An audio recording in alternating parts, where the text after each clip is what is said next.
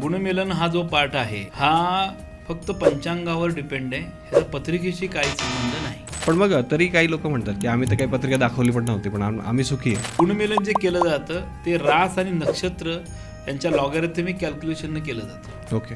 पूर्वीच्या काही log table यायचा, पण 18च्या खाली आले की तुम्ही लग्न करू शकत नाही असा एक तो क्रायटेरिया लावलेला आहे. ओके, प्रथा पडलेली आहे.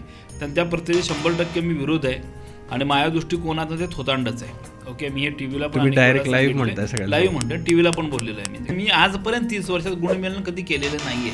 याच एका लूपहोलमुळे समाजामध्ये अनेक लोकांचे डायव्होर्स होतात. रिझनच हे आहे. बऱ्याच लोकांना लव्ह मॅरेज करायचं असतं. बरोबर. मग त्या टायमाला काय केलं पाहिजे? पत्रिका बघितली पाहिजे की नाही? काय म्हणजे काय, शिक्षणाचा, करिअरचा, लग्नाचा काहीही संबंध नाही.